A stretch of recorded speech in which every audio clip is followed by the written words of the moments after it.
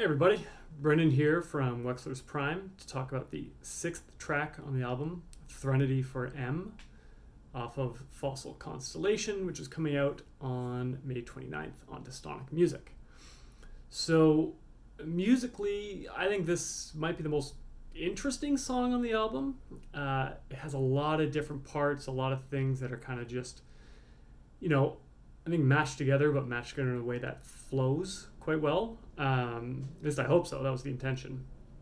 But kind of the best way to talk about the influences is to just kind of talk about it chronologically as they happen in the song. So, the first bit of the song, there's definitely a heavy intronaut influence as well as a Pain of Salvation, like Road Salt era kind of influence.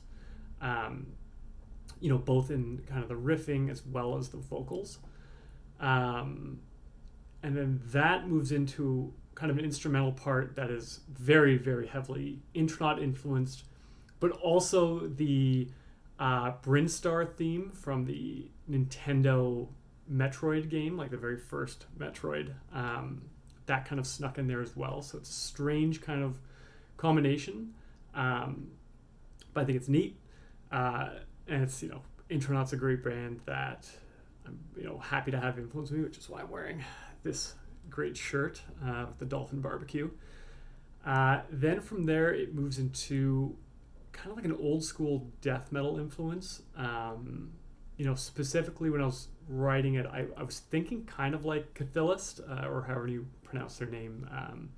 The great band from Montreal. They kind of snuck in there, but just kind of the general like feel and overall kind of like sense of atmosphere of like old school death metal, like tried to kind of capture there. Then from there it moves into a part that was influenced by Holdsworth's song Non-Brewed Condiment. And then I have kind of my kind of best attempt at a Holdsworthy kind of solo. Something a little like stranger and out there. And then that moves into another part that has like, some lush vocal harmonies that were, again, very Pain of Salvation influenced, but also kind of influenced by the Coen brothers film, Oh Brother, Where Art Thou? The Man of Constant Sorrow, that song snuck in there. Again, like I don't think I thought of it when I was recording it, but only after. I was like, wow, okay, it reminds me of that. From there it goes back to the Intronaut Metroid-y part. And then for the outro, it's kind of like, I guess Meshuggah is the best kind of influence on that.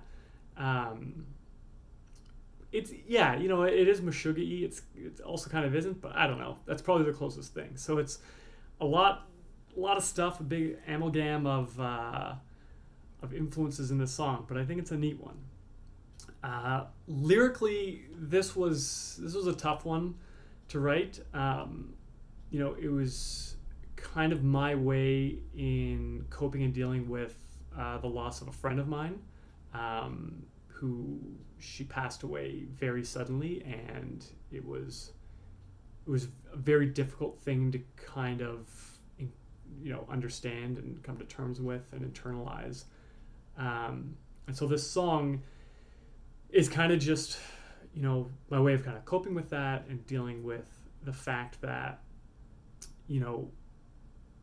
people who are close to us, they pass, but we stay on, and why that's the case, there's no rhyme or reason to it. But, in holding on to their memory and the effect they had on us, it kind of keeps them alive. So it's just kind of, like me kind of just dealing with that and thinking about that. So that's it lyrically. Instrumentation wise, this is the other track on the album that I kind of used that kind of Mastodon influenced drop A tuning. In between is the other track where I use this.